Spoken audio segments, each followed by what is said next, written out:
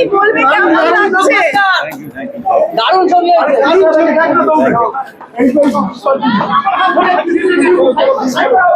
বিপ্লবী কেউ বলে ডাকাত, এই ছবিটা দেখার জন্য অনেকদিন আমি অ্যাকচুয়ালি ওয়েট করছিলাম, কারণ ছবিটা অনন্ত সিংহ নিয়ে, একজন ফ্রিডম ফাইটার যার সম্পর্কে হয়তো আমরা খুবই কম জানি।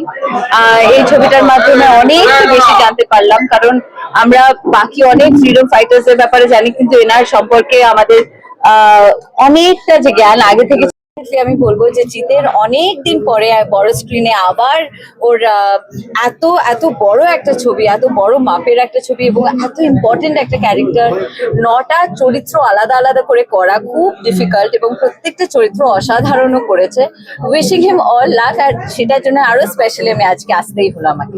আচ্ছা, কোয়েলদির কোন লুকটা সবথেকে বেশি ভালো লেগেছে? আমার ওই ডিরেক্টরের লুকটা ভীষণ ভালো লেগেছে, যেটা ওই ব্যাংকের মধ্যে ঢুকছিল, পুরো মাথায় টাকা করে কথা বলে যাচ্ছিল। সেটা আমার ব্যক্তিগতভাবে আমার মনে হচ্ছে বেস্ট, কিন্তু প্রত্যেকটা চরিত্রই ভীষণ সুন্দরভাবে ফুটিয়ে তুলেছে, because is very very good actor. Koel জুটির অপেক্ষায় এই আমি জানি, সেটা আমার মনে হয় সব প্রডিউসার আর ডিরেক্টরদের শোনা উচিত। একটা ভালো গল্প লিখলেই আমরা খুব তাড়াতাড়ি চলে আসবো ক্যামেরার সামনে দুজনে মিলে। কোয়েলদি জিদ্দার সাথে টোটাদার লুকটাও বেশ নজর পেয়েছে, টোটাদার স্ক্রিনে। হ্যাঁ, টোটাদাকেও ভীষণ ভালো লেগেছে এবং কন্টিনিউয়াসলি আমার মনে হয় ওদের ইন্টারভিউজে সবসময় আমরা শুনছিলাম যে ওরা ভীষণ ইম্পর্টেন্ট, মানে টোটাদার ক্যারেক্টারটা প্রচন্ড important.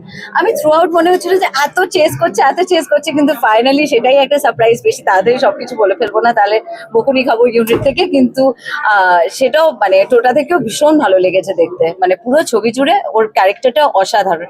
In fact everybody acted so well, ভীষণ ভালো লেগেছে ছবি। কেমন লাগলো ছবিটা? কি বলবে? খুব সুন্দর লাগলো, খুব ভালো। কোন লুকটা তোমাদের পছন্দ সবথেকে ফেভারিট? প্রোডিউসার ক্যারেক্টার ওয়ান সবাই এটা কোয়েলদিও কিন্তু এটাই বলবে। কেমন লাগলো? How was the film?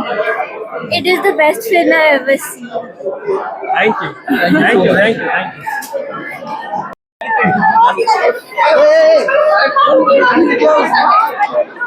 কেউ সামনে যাবে না।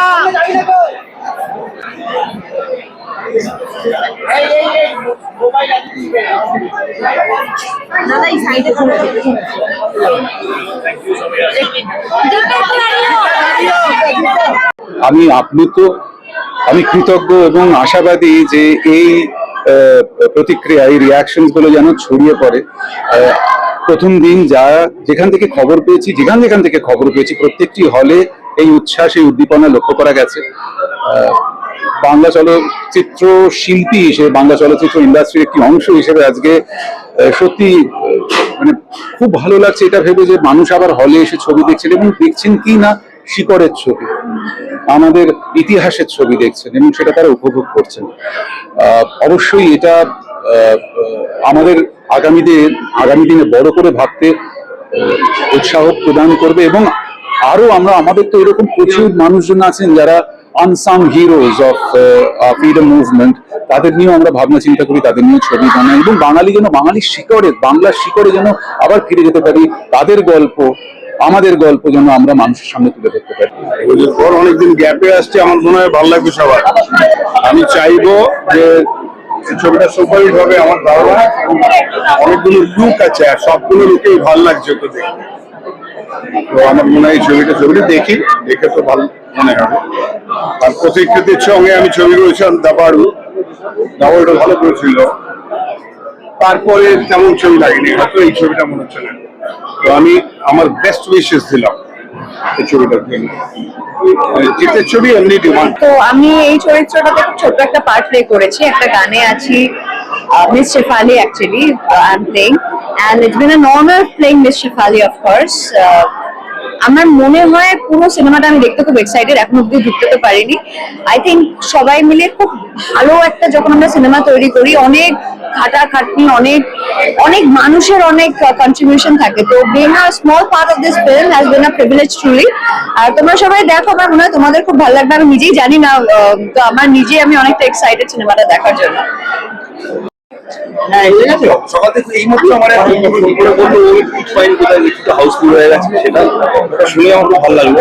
আসলে এই ছবি নিয়ে যে একটা উন্মাদনা তৈরি হচ্ছে, বিষয় এমন ভাবে সাজানো আছে যে এই সময় দাঁড়িয়ে স্বাধীনতার গল্প বলা, স্বাধীনতার প্রেক্ষাপটে গল্প বলা, এটা খুবই মানসিক আগ্রহ তৈরি করেছে। বিশেষ করে অনন্ত রায়ের মতন অপরিচিত সেই অর্থে আমাদের কাছে এরকম একজন বিপ্লবী নিয়ে এই ধরনের একটি চরিত্র নির্মাণ করা এবং তার সঙ্গে পুরো স্বাধীনতা পূর্ব এবং উত্তর দুটো পর্ব মিলিয়ে যে একটা প্রেক্ষাপট তৈরি হয়েছে এই ছবির মাধ্যমে, সেইটা খুবই সিগনিফিকেন্ট বলে মনে হয়। একজন মানুষ যে স্বাধীনতার সময় মানে বিপ্লবী হিসেবে জেল খেটেছেন, তারপর স্বাধীন ভারতে এসেও টাকা হিসেবে জেল খাটছেন, ফলে এইরকম একটা চরিত্র, বহুমুখী চরিত্র, তার জীবনকে আধার করে এরকম একটা ছবি হচ্ছে। আমরা সবাই প্রবল উৎসাহ নিয়ে এসেছি, দেখা যাক এখন কি হয়।